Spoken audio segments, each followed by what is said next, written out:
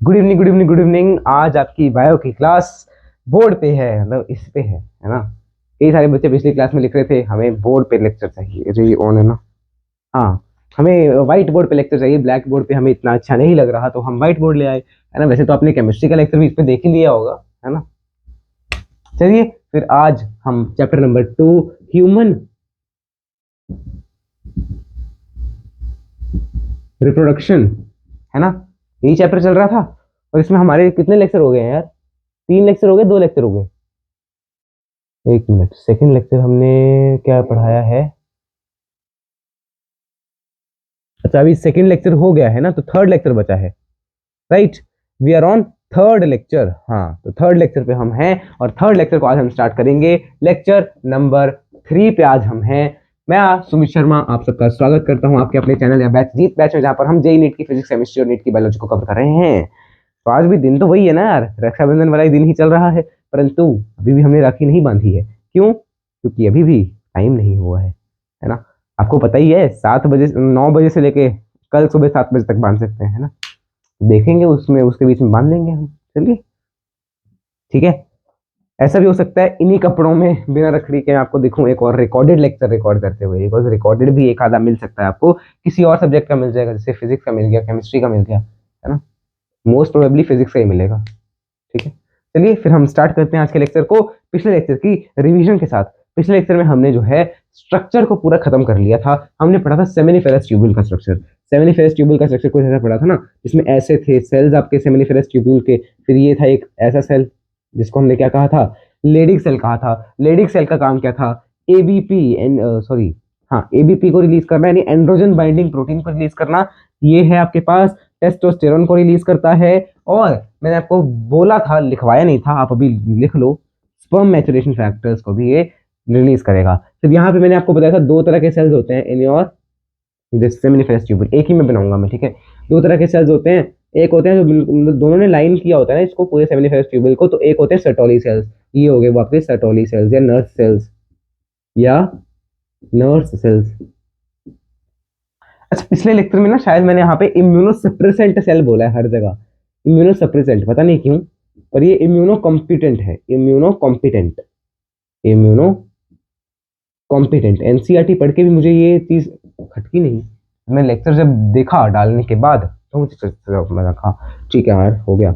ये क्या है? स्पर्मेटो, क्या ये? स्पर्मेटोगोनिया। फिर अंदर जाएगा primary spermatocyte, secondary spermatocyte, spermatid, फिर स्पर्मेटिड से sperm.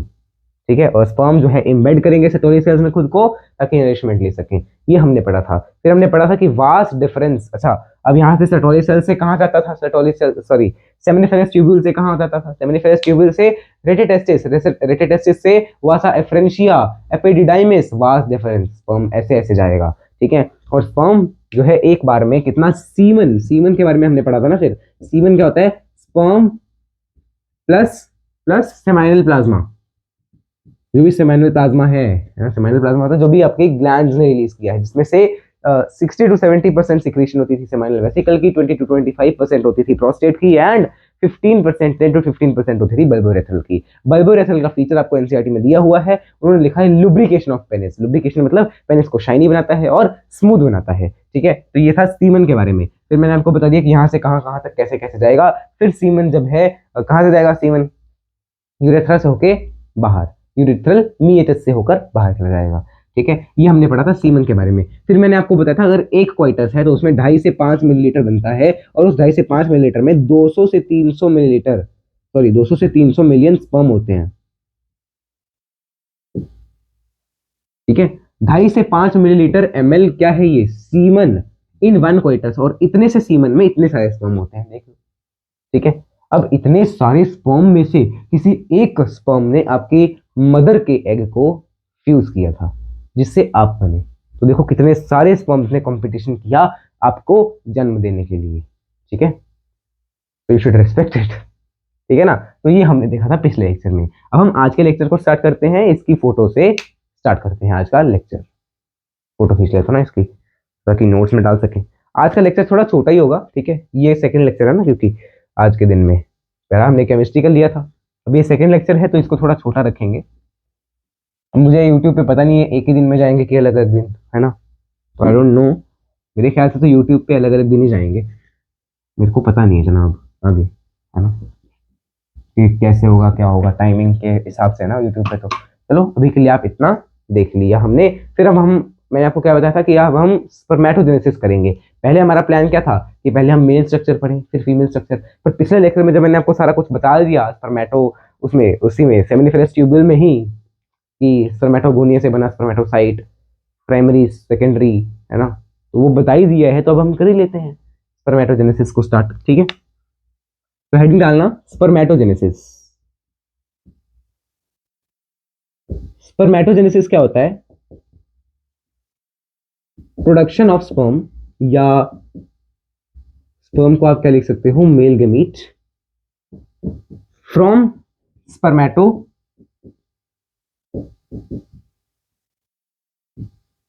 गोनियम inside the seminiferous tubule।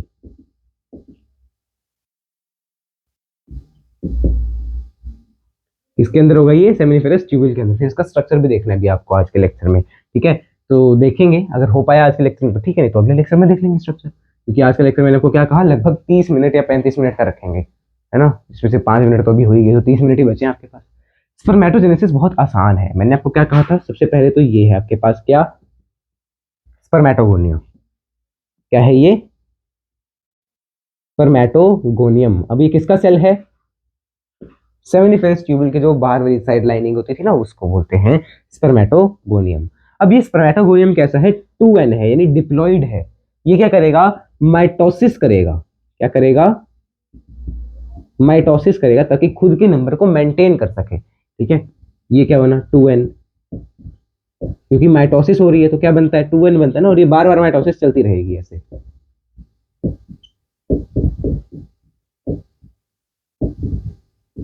2n 2n 2n 2n 2n 2n, तो ये क्या हो रहा है? मेंटेनेंस हो रही है नंबर की। ठीक है, तो ये स्पर्मेटोगोनियम क्या करेगा, साथ साथ में पॉइंट्स भी लिखते जाना, ये पॉइंट्स में लिखवा रहा हूं आपको। स्पर्मेटोगोनियम रिप्रोड्यूसेस, सॉरी रिप्रोड्यूसेस क्या कह रहा हूं मैं भाई, डिवाइड्स माइटोटिकली, माइटोसिस करेगा to maintain its number,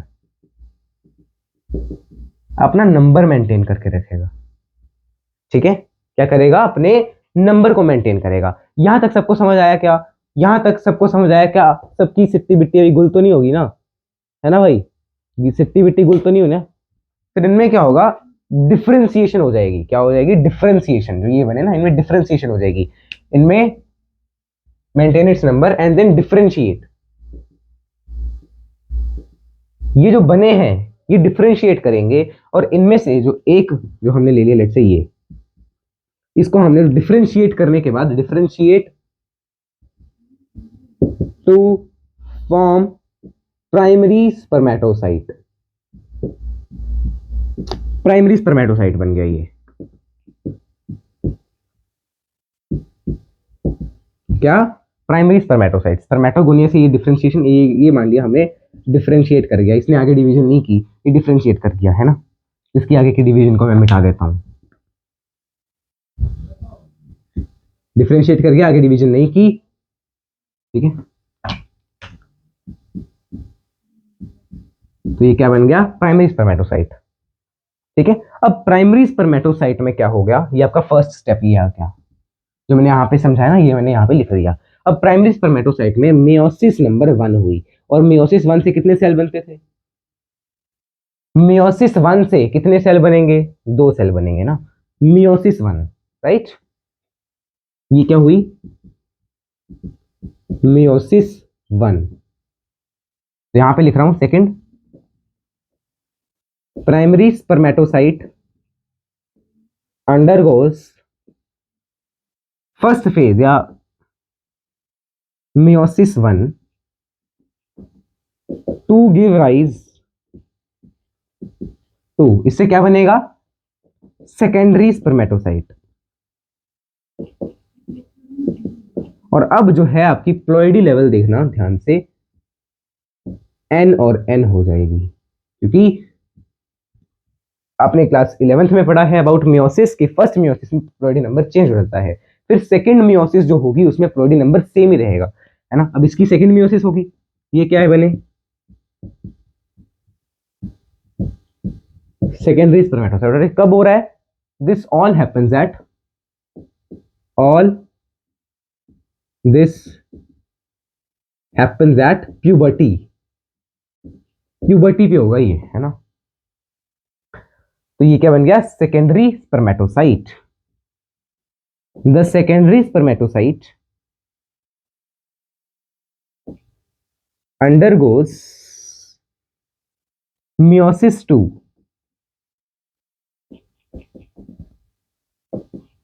to form या to give rise, ऐसा लिखो, to give rise to spermatids। ठीक है, तो मियोसिस कंप्लीट हो जाएगी, इससे दो बनेंगे आगे और इससे भी दो बनेंगे, तो ही तो कहते हैं कि एक सेल से 4 सेल बनते हैं मियोसिस में, है ना। तो ये क्या बना, स्पर्मेटिड बना। ये क्या है, स्पर्मेटिड है, प्रोडी नंबर है n, स्पर्मेटिड्स। फिर इन स्पर्मेटिड्स में क्या होगा, इन स्पर्मेटिड्स में भी डिफरेंशिएशन होगी, इन स्पर्मेटिड्स में भी डिफरेंशिएशन होगी, और उस डिफरेंशिएशन का नाम है स्पर्मियोजेनेसिस, ना कि स्पर्मेटोजेनेसिस। ध्यान रखना, स्पर्मेटोजेनेसिस अलग है और स्पर्मियोजेनेसिस अलग है, ठीक है। क्या कहा मैंने, स्पर्मियोजेनेसिस। यहां तक दिख रहा है क्या, इतने नीचे, हाँ दिख रहा है, एरो लगाओ। स्पर्मियोजेनेसिस से ये क्या बन जाएंगे, स्पर्म, जिसकी purity level of course n होगा, क्योंकि ये क्या है, गमीट है। तो ये क्या बन गया, स्पर्म स्लैश मेल गमीट, ठीक है। और इसका प्रोसेस का नाम क्या है, स्पर्मियोजेनेसिस या डिफरेंशिएशन कहते हैं इसको। तो यहां पे क्या हो रहा है, इस साइड लिख देता हूं, ठीक है। स्टेप्स देखो, ये सबसे फर्स्ट स्टेप, सेकंड, थर्ड, अब फोर्थ उस साइड लिख देता हूं यहां पे, या इधर ही लिख देते हैं, चलो। These spermatids, comma, on differentiation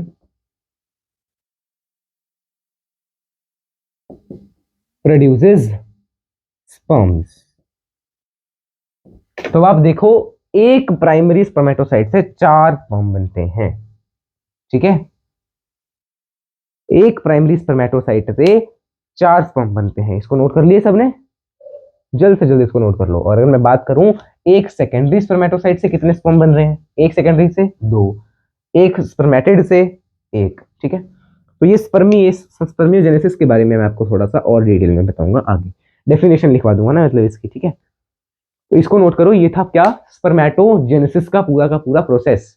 हमने स्पर्मेटोजेनेसिस को पढ़ा है कि गेमीट कैसे बनेगा। इसको मैं आपको समरी इसकी दे देता हूं, देखो चौक अभी भी यहीं पे पड़ी है, RIP चौक। देखो क्या है, स्पर्मेटोगोनियम हमने लिया, स्पर्मेटोगोनियम है ना, दिख तो रहा नहीं, चलो स्पर्मेटोगोनियम हमने लिया, स्पर्मेटोगोनियम 2n है, इसमें हुई माइटोसिस, ताकि ये क्या कर सके, मेंटेन कर सके अपना नंबर, ठीक है, मेंटेन कर सके अपना नंबर, इसने की माइटोसिस। इन माइटोसिस में से जो प्रोजेनी बन रही है ना, उनमें से एक ने क्या कर लिया, डिफरेंशिएट कर लिया, एक अलग हो गया, और डिफरेंशिएट करके उसको हमने बोल दिया प्राइमरी स्पर्मेटोसाइट। फिर जो प्राइमरी स्पर्मेटोसाइट था उसमें मियोसिस नंबर 1 हुई। अब आपने पढ़ा है कि मियोसिस 2 होती है ना, मतलब एक मियोसिस में 2 चीजें होती है, 2 स्टेप्स होते हैं, 2 स्टेप्स में होती है, एक होती है मियोसिस 1, एक होती है मियोसिस 2, जिसमें प्रोफेज, एनाफेज, मेटाफेज, टीलोफेज, ये सारी चीजें 4 होती है ना, P1, prophase 1, metaphase 1, anaphase 1, telophase 1। Class 11 याद आ रही है, हाँ। तो बस इसमें मियोसिस 1 हो गई, मियोसिस 1 में 2 प्रोजेनी बनती है ना। अभी 2 फर्दर डिवाइड करके क्या करती हैं, 4 बना लेती हैं टोटल। तो मतलब एक से इतने सेल बन गए, 4 सेल बन गए, इसको क्या बोल देते हैं हम, इसको क्या बोल देते हैं हम, मियोसिस बोल देते हैं। अब प्राइमरी स्पर्मेटोसाइट ने जब फर्स्ट मियोसिस कंप्लीट की तो 2 सेल बनेंगे, उनको बोल दिया सेकेंडरी स्पर्मेटोसाइट। सेकेंडरी स्पर्मेटोसाइट ने फर्दर जो है मियोसिस 2 करी, वो हमने लिखा नहीं यहाँ पे, क्या, मियोसिस 2, मियोसिस 2 हुई, मियोसिस 2 के बाद इन्होंने अलग दो दो सेल बनाए, meiosis 2 is same as mitosis, तो इनमें जो प्रोटीन नंबर है वो सेम रहेगा, यानी n से n ही रहेगा, n से n/2 हो ही नहीं सकता, ठीक है, तो n से n ही रहेगा।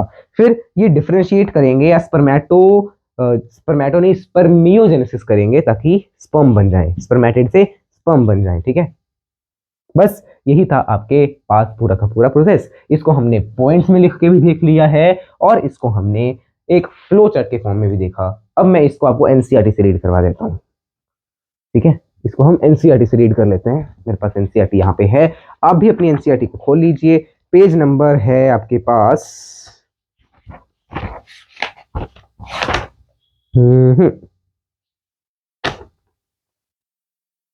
ये ना, page number 47। The primary sex organ, the testis in the males and the ovaries in the females produce gametes, sperms and ovum respectively। तो हम spermatogenesis पढ़ रहे हैं, तो by the process called gametogenesis, gametogenesis से ये gamete बनेंगे। In testis immature male germ cell यानी spermatogonia, spermatogonia क्या है, मेल germ cell है बट वो immature है, ठीक है, वो क्या बनाएगा, sperm बनाएगा। और कब बनाएगा, प्यूबर्टी पे बनाएगा, यहाँ पे लिखा हुआ है begins at puberty, spermatogenesis। The spermatogonia यानी सिंगुलर अगर मैं कह रहा हूं तो क्या है, स्पर्मेटोगोनिया, मैंने एक ही बनाया था ना, spermatogonium, spermatogonium present on inside wall of seminiferous tubule, तो हमने कल ही देख लिया था कि इनर वॉल पे होता है। क्या करेगा, multiply by mitotic division, mitotic division, mitotic division, exact word mitotically या माइटोटिक डिवीजन, ठीक है, and increase its number, maintain their number यानी इंक्रीज इट्स नंबर, ठीक है। Each spermatogonium is diploid, spermatogonium कैसा है, डिप्लॉयड है, और 46 क्रोमोसोम्स होंगे। अभी तो पता है ये ह्यूमन है तो 46 ही होंगे ना, ह्यूमन है तो 46 ही होंगे, ठीक है। Some of the spermatogonia called primary spermatocytes periodically undergo meiosis. इसका क्या मतलब है कि कुछ अलग हो जाएंगे, डिफरेंशिएट हो जाएंगे, उनमें मियोसिस होनी शुरू हो जाएगी पीरियोडिकली, ठीक है। मतलब एक टाइम आया फिर जब जब स्पर्मी वो होगा ना, मान लो इरेक्शन करना है तो स्पर्मेटोजेनेसिस होनी चाहिए, एक बार स्पर्म यूज हो गए फिर दोबारा स्पर्मेटोजेनेसिस होगी, ठीक है। तो तब इसलिए लिखा है पीरियोडिकली, ऐसा थोड़ी हर वक्त ही बनते रहेंगे, नहीं, पीरियोडिकली बनेंगे, ठीक है, पीरियोडिकली मियोसिस होगी, तो यहाँ पे पीरियोडिकल स्टेप है, ये आप लिख लो, पीरियोडिकल मियोसिस है ये, हर टाइम नहीं होगी, पीरियोडिकली होगी, ठीक है। कहाँ गया, हाँ, periodically undergo meiosis, a primary spermatocytes complete first meiotic division यानी कि रिडक्शन डिवीजन, यानी कि 2n से n बनाने वाली डिवीजन, ठीक है। a primary spermatocyte first leading to the formation of two equal haploid cells, ये haploid हैं और equal हैं, ठीक है, उनको हम बोलते हैं सेकेंडरी स्पर्मेटोसाइट। अब इनके अंदर कैसा है, n है, यानी कि यहाँ पे 46 है तो यहाँ पे 23 होगा ना, ठीक है। The secondary spermatocyte undergo second meiotic division, इनमें मियोसिस 2 हुई जिनसे 4 इक्वल बनेंगे स्पर्मेटिड्स, 4 इक्वल स्पर्मेटिड्स, देखो हैप्लॉइड स्पर्मेटिड्स हैं, 4 इक्वल हैं, ठीक है। What would be the chromosome number, of course n, या नंबर ऑफ क्रोमोसोम पूछे तो 46 की जगह 23 बिकॉज n है ना। फिर the spermatids are transformed into spermatozoa, spermatids से स्पर्मेटोजोआ या स्पर्म, ठीक है, सेम बात है, यहाँ पे लिख लो, एक स्पर्मेटोजोआ भी लिख लो अगर आपकी एनसीईआरटी में दिया हुआ तो लिख लो, स्पर्मेटोजोआ,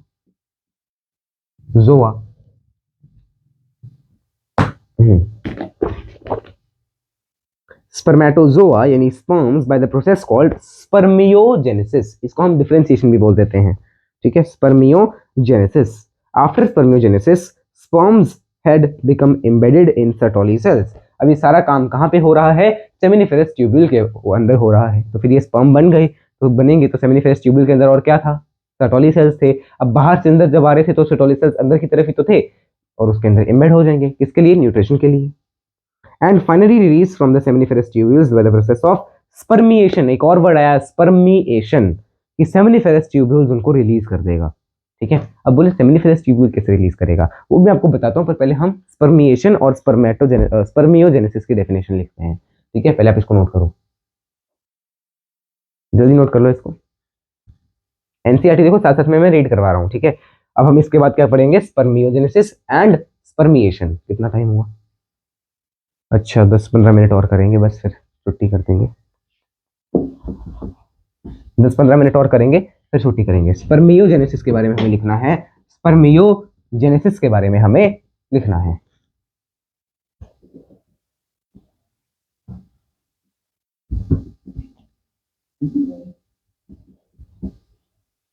तो हेडिंग डालो स्पर्मियोजेनेसिस।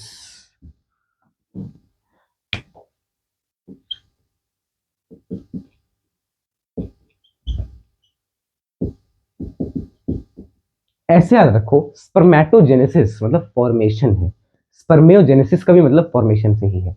ऐसे याद रख लो, ठीक है। ऐसे आप याद रख सकते हो कि स्पर्मियोजेनेसिस मतलब स्पर्म बन रहे हैं, या ऐसे लिखो ना, formation of sperm from spermatids, ठीक है। अब जब फॉर्मेशन हो रही है स्पर्म की तो उसको हमने जेनेसिस से रिप्रेजेंट किया है, तो इसलिए स्पर्मेटोजेनेसिस में क्या है, स्पर्मेटोगोनिया से बन रहा है, इसमें क्या है, स्पर्मेटिड्स से बन रहा है स्पर्म, ठीक है। पूरे प्रोसेस को क्या बोलेंगे, स्पर्मेटोजेनेसिस। और स्पर्मेटोजेनेसिस में ही एक प्रोसेस है स्पर्म बनना फ्रॉम स्पर्मेटिड, उसको बोलते हैं स्पर्मियोजेनेसिस, ठीक है। सेकंड क्या है, स्पर्मिएशन। अब इसको मैं पूरे लिख देता हूं ना, as the sperms comma after formation embed, after formation gets embedded into the Sertoli cells या nurse cells, full stop, then comma they are released। अब देखो क्या लिखा हुआ था, इनटू द सेमिनिफेरस ट्यूब्यूल लिखा होगा, चेक करो एनसीईआरटी, वही खोलो पेज, देखो इनटू द सेमिनिफेरस ट्यूब्यूल लिखा होगा। कहाँ है, कहाँ है भाई, कहाँ है, हाँ देखो, from the seminiferous tubule into the lumen. अभी इनटू द ल्यूमन लिखा नहीं हुआ, बट सेमिनिफेरस ट्यूब्यूल उसको कहाँ पे released, from seminiferous tubules, seminiferous tubules से जाएगा ये lumen of seminiferous tubule, ST लिख देते हैं जो हमने कल बताया था। फिर ल्यूमन से जाएगा रेटेटेस्टिस, रेटेटेस्टिस से कहां जाएगा, vasa efferentia, epididymis, vas deferens, urethra, sorry urethra ही तो है, ठीक है। यूरेथ्रा से बाहर हो जाएगा, यूरेथ्रल मेटस से है ना, यूरेथ्रा से आउट ऑफ द बॉडी, ये तो हमने कल भी देखा था, ठीक है ना। और इसमें मिक्स होती जाएंगी, जब वासा एफरेंशिया आ गया ना, वास डिफरेंस आ गया, जब यूरेथ्रा में जाएगा ना, तो यहाँ से इनके अंदर कई सारी मिक्सेस आएंगी, मिक्सेस मतलब कई सारी वो सिक्रीशंस आएंगी, किसकी किसकी, बल्बोयूरेथ्रल ग्लैंड, ठीक है, और कौन सी थी, bulbourethral prostate, prostate and seminiferous tubule, seminal vesicles, seminiferous नहीं, सेमाइनल वेसिकल्स। ये आपके पास है स्पर्मिएशन के बारे में, ठीक है। कतई जहर हो रहे हो भाई, क्या लिखते जाते हो है यार, क्या करते हो यार तुम कमेंट में या यहाँ पे। तो ये है स्पर्मिएशन एंड स्पर्मियोजेनेसिस, इसको नोट करो, नोट कर लो इसको। फिर हम आगे बढ़ेंगे, आगे कहाँ बढ़ेंगे, आगे बढ़ेंगे देश को बचाने, हम हैं राही प्यार के, ऐसे कमेंट्स को बंद करेंगे। अच्छा देखो कमेंट्स ना, मेरे पास ऑप्शन है कि मैं यहाँ से बंद कर दूँ, ठीक है। तो आप बस जो चैट है ना आपकी, उसको थोड़ा कंट्रोल में रखो, यही मैं कहना चाहूंगा। है रक्षाबंधन है आज रात्रि से कल सुबह तक, तो थोड़ा सा मतलब मूड को अच्छा रहने दो। ऐसे फिर मैं भी यही सोचता रहता हूँ कि कैसी सोच है इन लोगों की, ठीक है। अब हम क्या करेंगे, स्पर्म का स्ट्रक्चर पढ़ेंगे। स्पर्म बन गया है ना, स्पर्म बन गया, अब उस स्पर्म का स्ट्रक्चर कैसा है, स्ट्रक्चर ऑफ स्पर्म चेक करो, आपके एनसीईआरटी में ना इसके बाद दिया होगा ओव्यूलेशन के बारे में, ओव्यूलेशन तो वो सॉरी oogenesis के बारे में देखो। अच्छा अभी ये रह गया ना एक टॉपिक, स्पर्म का हार्मोनल कंट्रोल, हार्मोनल कंट्रोल अभी बच गया। पहले हार्मोनल कंट्रोल लिख लो फिर, कि पहले इन्होंने भी हार्मोनल कंट्रोल दिया हुआ है, तो पहले हम हार्मोनल कंट्रोल लिख लेते हैं, है ना। तो पहले हम हार्मोनल कंट्रोल, हेडिंग डालो, हेडिंग डालो, hormonal control of spermatogenesis, structure of sperm नहीं, हार्मोनल कंट्रोल ऑफ स्पर्मेटोजेनेसिस डालो पहले, hormonal control of स्पर्मेटो। Anshul, Anshul भाई क्या लिखते रहते हो हैं, ब्लॉक होना चाहते हो क्या? बदतमीजी की हद होती है यार, मतलब एक थोड़ा, थोड़ा सा लिहाज रख लिया करो, थोड़ा सा लिहाज रख लिया करो भाई, क्या लिख रहे हो? प्रैक्टिकल यहाँ पे कैसे करवा सकता हूँ मैं? बदतमीज हो क्या तुम दिमाग से? क्या भरा हुआ है दिमाग में, भूसा भरा हुआ है? मतलब बेवकूफ है मतलब पूरे। हार्मोनल कंट्रोल ऑफ स्पर्मेटोजेनेसिस,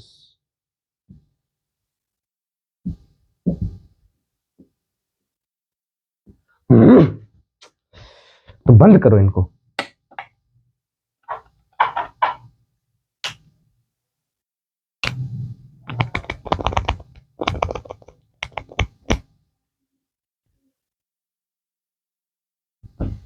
अब आपकी चैट को विजिबल नहीं है, ठीक है, अब आप कुछ भी लिखिए, आपकी मर्जी है, ठीक है। तो वही बात होगी ना, आंखें बंद कर लो, अंधेरा लगेगा, मतलब सूरज दिखेगा नहीं। हार्मोनल कंट्रोल ऑफ स्पर्मेटोजेनेसिस, अब आपने पढ़ा है हाइपोथैलेमस के बारे में क्लास 11th में। अब देखो टॉपिक ऐसा है कि आपसे क्लास 11th का लिंक करवाना है ना, तो क्लास 11th का लिंक करवाना तो पूछना पड़ता है यार कि क्या आपको आता है ना। अगर नहीं आता तो मैं बता देता हूँ, पर तुम कहाँ सुधरने वाले हो मतलब, क्या यार। हाइपोथैलेमस, हाइपोथैलेमस रिलीज करता था जीएनआरएच, क्या रिलीज करेगा?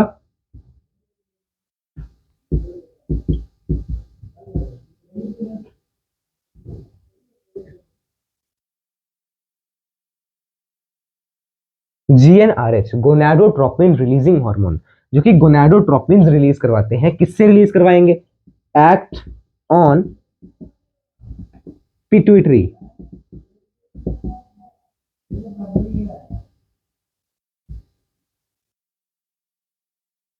पिट्यूटरी पे जाएगा, ये एक्ट करेगा, और पिट्यूटरी जो है वो क्या रिलीज कर देगी?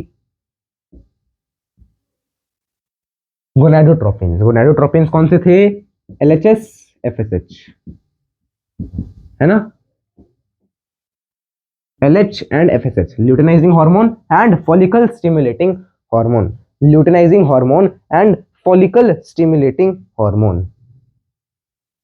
ओके, तो ल्यूटिनाइजिंग हार्मोन जो है वो किसके ऊपर तो मैं ना जब बोलना शुरू करता हूँ ना, तो ये लेडिग, ये एक्ट करेगा आपके पास लेडिग सेल्स पे, लेडिग सेल्स पे, और ये करेगा आपके पास अटैक, अटैक नहीं एक्ट, कहाँ पे? सर्टोली सेल्स पे, ठीक है। पिट्यूटरी ने एलएच रिलीज किया, एफएसएच रिलीज किया, ठीक है, और लेडिक सेल पे आया, है ना। अब जब लेडिक सेल के ऊपर ये एक्ट करेगा तो लेडिक सेल क्या करता था? ABP, androgen binding protein release करता था, और टेस्टोस्टेरोन रिलीज करता था। तो टेस्टोस्टेरोन रिलीज कर देगा, और सेटोली सेल्स क्या रिलीज करेंगे? सेटोली सेल्स रिलीज करेंगे आपके पास जो है स्पर्म मैच्योरिंग फैक्टर्स, एसएमएफ, जो क्या करवाएंगे? स्पर्मिएशन, सॉरी स्पर्मियोजेनेसिस जो करवाएंगे ना वो, ठीक है। और साथ में रिलीज करेगा इनहिबिन, इनहिबिन क्यों? नेगेटिव फीडबैक अगर हमें देना है, नेगेटिव फीडबैक अगर हमें देना है, ठीक है। तो अब जब नेगेटिव फीडबैक जाएगा, ठीक है ना, जब नेगेटिव फीडबैक जाएगा तो कहां तक जाएगा, कैसे कैसे जाएगा वो देखना। टेस्टोस्टेरोन जो है नेगेटिव फीडबैक दे देता है एलएच को, और साथ ही साथ जीएनआरएच को, ठीक है। और एसएम सॉरी इनहिबिन जो है, इनहिबिन वो भी इसी को नेगेटिव फीडबैक देगा। ये आपका फ्लो चार्ट आपको कई जगह पे मिलेगा, अगर मैं आपको दिखाऊं, एक मिनट गूगल से ना मैं आपको सर्च कर, ओ सॉरी, पहले तो एक चीज आपने गलत लिख दी, एफएसएच को देगा ना ये, ठीक है। जैसे इसने ल्यूटिनाइज हार्मोन दिया, ये एफएसएच को देगा, बट टेस्टोस्टेरोन साथ में जीएनआरएच को भी दे देता है, ठीक है। तो ये नेगेटिव फीडबैक दे देगा, जिससे ये और ज्यादा बनते हैं, ठीक है। तो ये आपकी तरह है बिल्कुल ढीठ। तो मैं आपको इसका ना फ्लो चार्ट जैसे यहाँ पे बाकी जगह मैं आपको दिखाता हूँ बना होगा कहीं पे, एक मिनट गूगल पे दिखाता हूँ मैं आपको, पर नहीं, hormonal control of sperm formation, hormonal control of spermatogenesis लिखना ना, स्पर्मेटोजेनेसिस, ये रहा, इमेजेस में जाएंगे।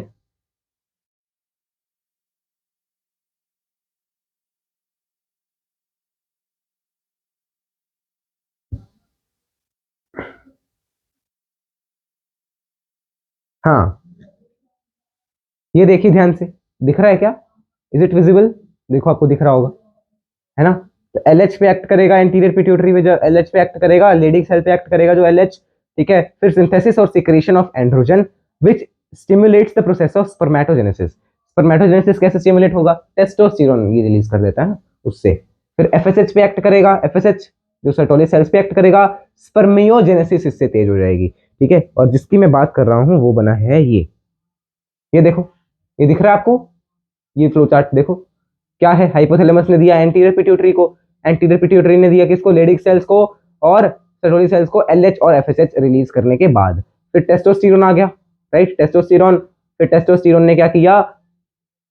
आगे मतलब सिंबल दे दिया किसको? GnRH को। हाइपोथैलेमस ने तो GnRH रिलीज करना था ना, हाइपोथैलेमस ने GnRH को सिंबल दिया और LH को यानी ल्यूटिनाइजिंग हार्मोन को सिंबल दिया। नेगेटिव फीडबैक जो है इन्होंने प्रोवाइड किया, ठीक है। विद साइंस अगर दिया नहीं है ना इन्होंने कहीं, मैं सर्च करता हूँ with signs, with feedback sign, with SYGNS, okay. इन्होंने अगर साइंस भी दिए हों कहीं, नहीं, they have not given the sign of feedback, feedback का साइन उन्होंने कहीं भी नहीं दिया। चलिए, यही है, मतलब मैंने जो आपको बताना था ना वो तो बता ही दिया है। हाँ, एक मेरे को मिला ये, ये नहीं है, बट ये तो उसका है ना, ठीक है। ये देखो एक मिल गया शायद, चलो कहीं भी नहीं दिया हुआ यार। बस ये है कि ये नेगेटिव फीडबैक दे रहे हैं, मतलब कि कम अमाउंट में आ रहा है तो ये और ज्यादा रिलीज कर देता है ना। तो यहाँ पे क्या आ जाता है? पॉजिटिव हो जाता है ये सब, और ज्यादा रिलीज हो जाते हैं ये सारी चीजें, ठीक है ना। तो ये क्या है? पूरा हार्मोनल कंट्रोल है स्पर्मेटोजेनेसिस का। हाइपोथैलेमस ने GnRH रिलीज किया, वो पिट्यूटरी पे एक्ट करेगा, पिट्यूटरी ने LH और FSH रिलीज किए। मैं यहाँ पे ना फुल फॉर्म भी लिख देता हूँ, GnRH मतलब gonadotropin releasing hormone, gonadotropin releasing hormones, ठीक है। फिर LH luteinizing hormone, luteinizing hormone. फिर FSH follicle stimulating hormone, follicle stimulating hormone. तो ये क्या है? Hormonal control. अब इसका पैरा भी हम एनसीईआरटी से पढ़ लेते हैं। देखो पेज नंबर 47 पे दिया हुआ है, spermatogenesis starts at the age of puberty, क्योंकि वहां पे हमारा गोनाडोट्रोपिन रिलीजिंग हार्मोन बढ़ जाता है। देखो GnRH रिलीज करेगा ना हाइपोथैलेमस प्यूबर्टी पे टाइम, ठीक है। हाइपोथैलेमिक हार्मोन है, हाइपोथैलेमस का हार्मोन है। The increase level of GnRH बढ़ा तो एक्ट किसके ऊपर करेगा? Act on anterior pituitary, anterior pituitary, यहाँ पे पिट्यूटरी ग्लैंड की जगह एंटीरियर पिट्यूटरी लिख लो, एंटीरियर पिट्यूटरी लिख लो, मतलब लोब होता है ना एंटीरियर पिट्यूटरी का, तो एंटीरियर पिट्यूटरी लोब, है ना, anterior pituitary. And stimulate secretion of two gonadotrophins. ये गोनाडोट्रोफिन्स होते हैं कौन कौन से? Luteinizing hormone LH and FSH follicle stimulating hormone. LH acts on Leydig cells and stimulates the synthesis and secretion of androgens, ठीक है। टेस्टोस्टेरोन क्या है? एंड्रोजन ही तो है, right. Androgen stimulate the process of spermatogenesis. ये क्या करेंगे? स्पर्मेटोजेनेसिस को बढ़ाएंगे।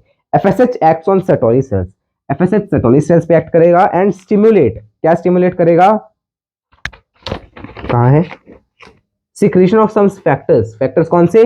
स्पर्म मैच्योरिंग फैक्टर्स, ठीक है, विच हेल्प इन स्पर्मियोजेनेसिस। ये हमने क्या पढ़ लिया? About hormonal control of spermatogenesis, है ना। अब टाइम देखो कितना हमारे पास कम है ना, तो चलिए फिर आज की क्लास को यहीं पे खत्म करते हैं। होमवर्क में आपका है DPP नंबर 2, इसको मैं ना एक बार फोटो खींच लेता हूँ इसकी, चलिए चलिए चलिए चलिए चलिए, आज की क्लास को यहीं पे खत्म कर रहे हैं। अगले लेक्चर में हम क्या करेंगे, स्ट्रक्चर ऑफ स्पर्म देखेंगे, स्ट्रक्चर ऑफ स्पर्म देखेंगे एंड साथ में ओवरी को स्टार्ट करेंगे, मतलब फीमेल रिप्रोडक्टिव ऑर्गन को स्टार्ट कर देंगे, फीमेल रिप्रोडक्टिव सिस्टम को और स्टार्ट कर देंगे हम अगले लेक्चर में। तो होमवर्क नोट कर लो, आज का लेक्चर यहीं पे तक है। डीपीपी नंबर 1 to 2 आपको सॉल्व करने ली है and revise all lectures and notes and read NCERT.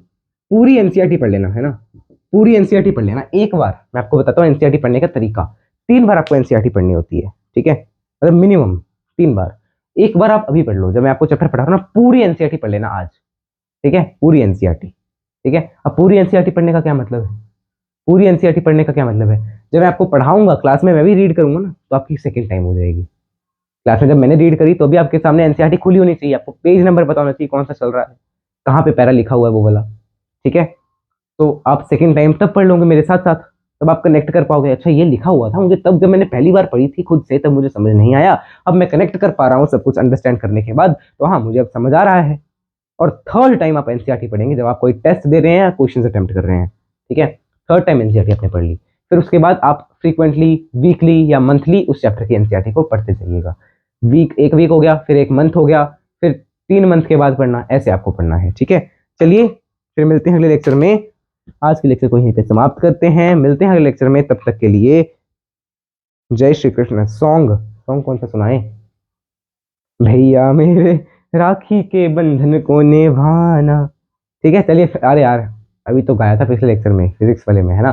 चलिए फिर मिलते हैं अगले लेक्चर में, तब तक के लिए जय श्री कृष्ण, राम राम, सीता राम, राधे श्याम, श्रीमन नारायण, राम राम।